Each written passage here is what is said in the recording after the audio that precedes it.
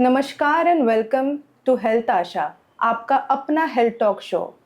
मैं हूं आपकी होस्ट एंड दोस्त डॉक्टर प्रिया देवलेकर। हम एक ऐसे टॉपिक के बारे में बात करेंगे जो बहुत कॉमन है। जैसे जब हम हॉस्पिटल में एडमिट होते हैं और फर्स्ट डॉक्यूमेंटेशन जो पूछा जाता है जब हम कोई ट्रीटमेंट स्टार्ट करते हैं वो होता है कंसेंट। बट ये कंसेंट क्या होता है, इसके बारे में हमें कुछ और जानकारी देंगे हमारे health expert mister Rohan Sonawane, our speaker for the day. Mr. Rohan Sonavne has more than 15 years of experience in legal practice, where civil, criminal, consumer law is his main domain. He is also part of ethics committee in a hospital and also is a legal expert for transplant, that is organ transplant. He's an advisor for hospitals since more than 15 years for litigations arising out of medical services. So sir, welcome to our show, and it is our privilege to have you on our show. Thank you. Sir, basically when we get to a hospital, our main motto is to get ourselves treated. But then जब हम जाते हैं हमें कहा जाता है बहुत सारे डॉक्यूमेंटेशंस पे साइन करो। उसमें सबसे इम्पॉर्टेंट डॉक्यूमेंट होता है consent. So what is this consent? How important it is? And as a patient and a relative, what should we know about this consent? First of all, thank you for having me on your show as a speaker. So basically, when we go to a hospital, our primary objective is to get treated for the complaints that we have. But for the hospitals, it is important that they give you some paperwork to sign, and one of the most important document of that paperwork is consent.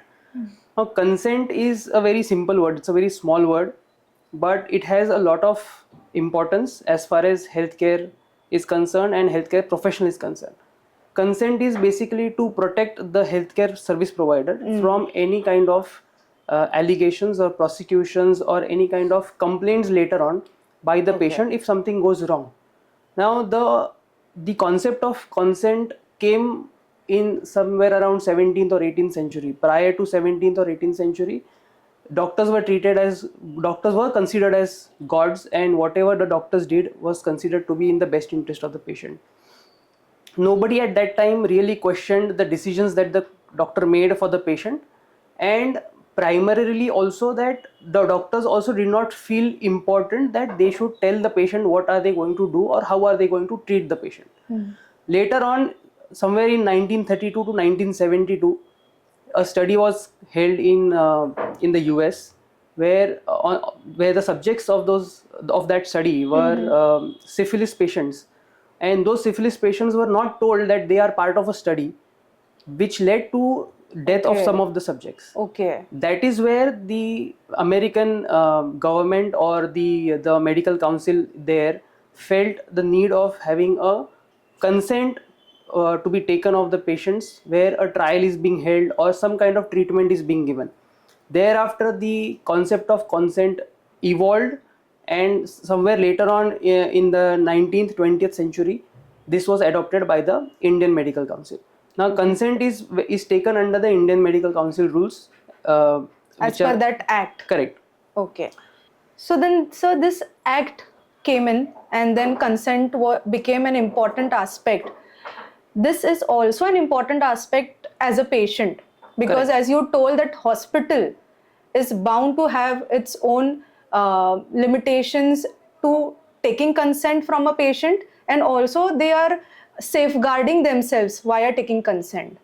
As a patient, when we are consenting, or as a relative when we are consenting, what should we think or what should come to our mind? If you can just tell us about that.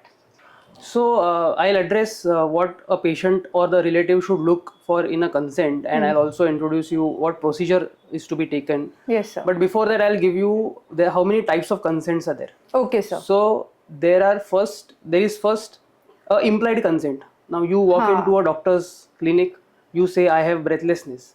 You are giving him an implied consent that he's going to touch you, he's going to examine your pulse, and he's going to maybe he uses stethoscope, see your heartbeat, and maybe prescribe you some medicines. Okay. That is an implied That is consent. the implied consent. Okay. Correct.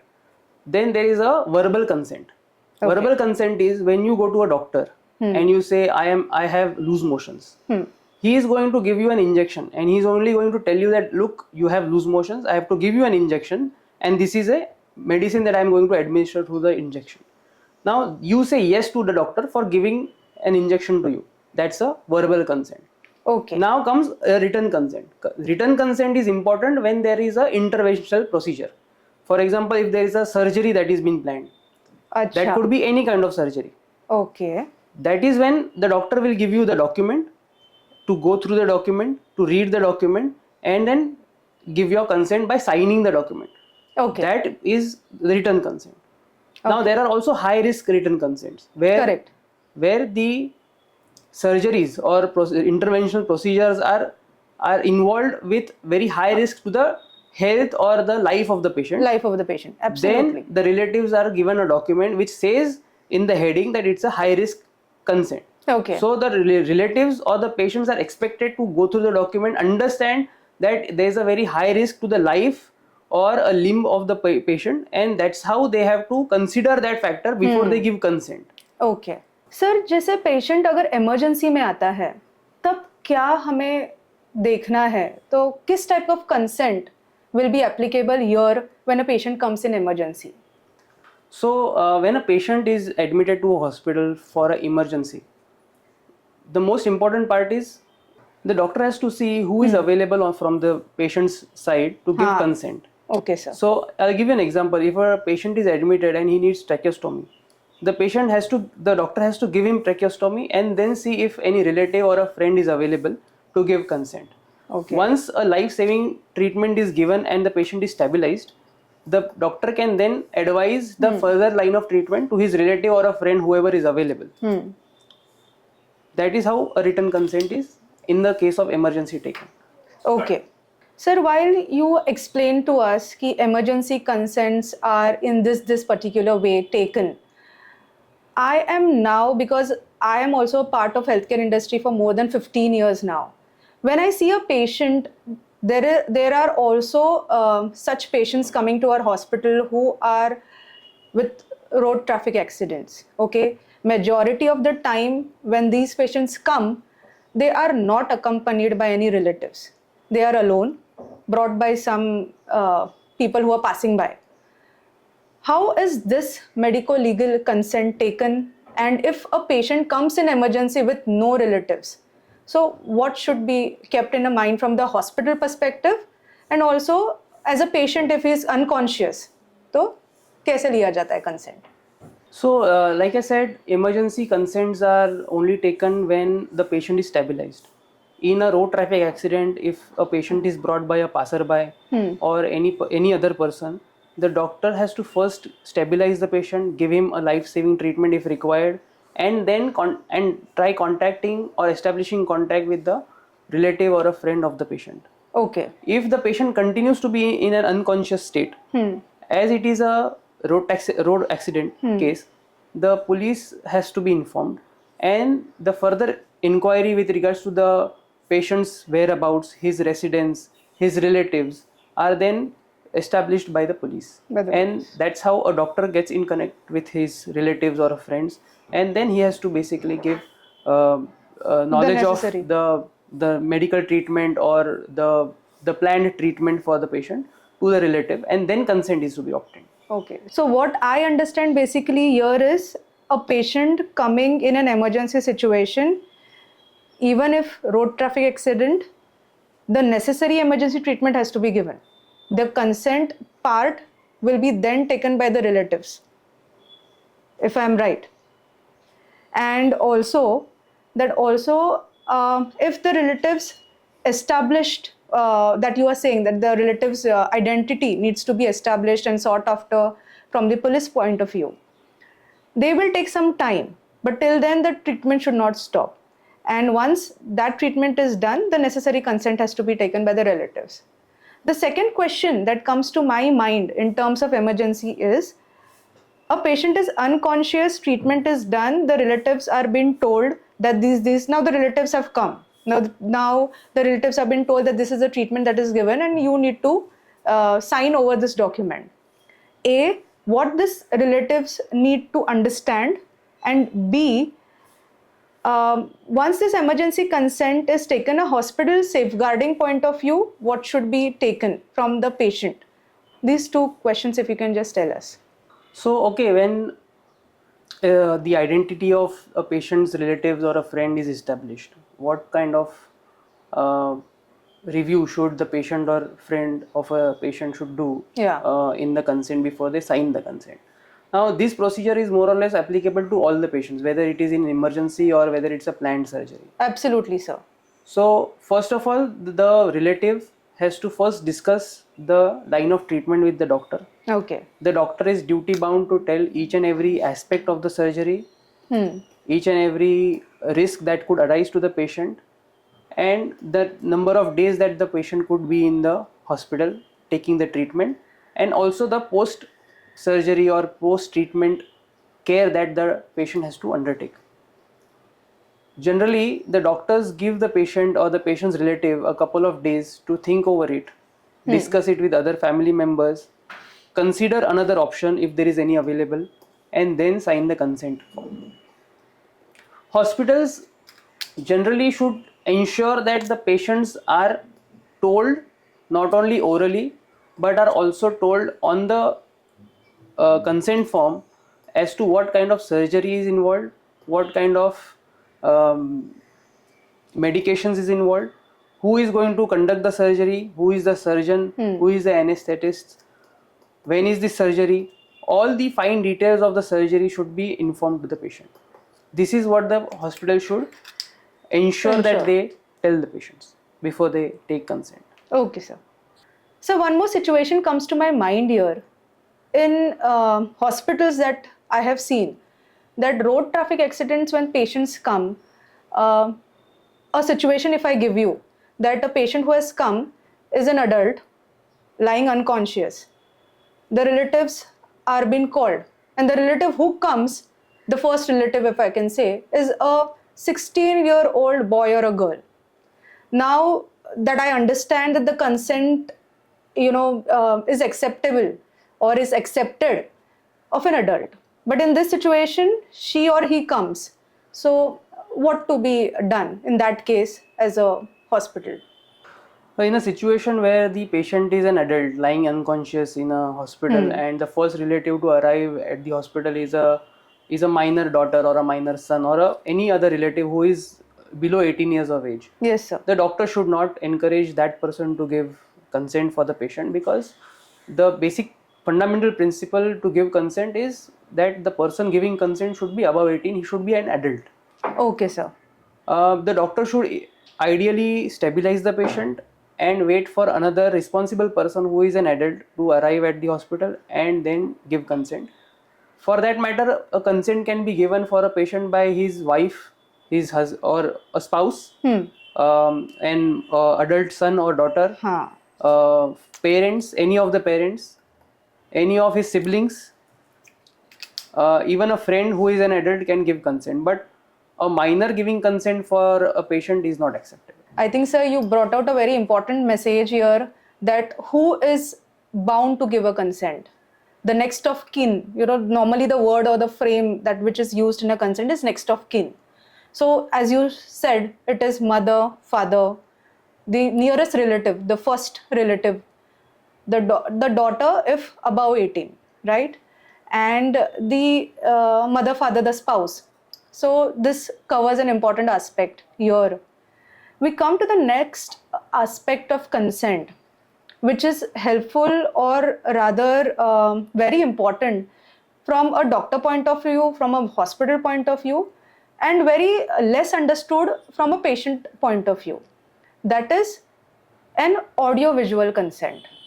How relevant, how important it is for a hospital to take a audio-visual consent, because everything is written, and I think written stands valid and stands important in the court of law. But certain domains of consenting is also, in terms of audio and visual. So as a patient, or as a hospital, as a doctor, what can you just tell us legally that how much is it relevant? So audio visual consent जो होता है वो generally planned surgeries या फिर common medical procedures में नहीं लेते हैं. Okay.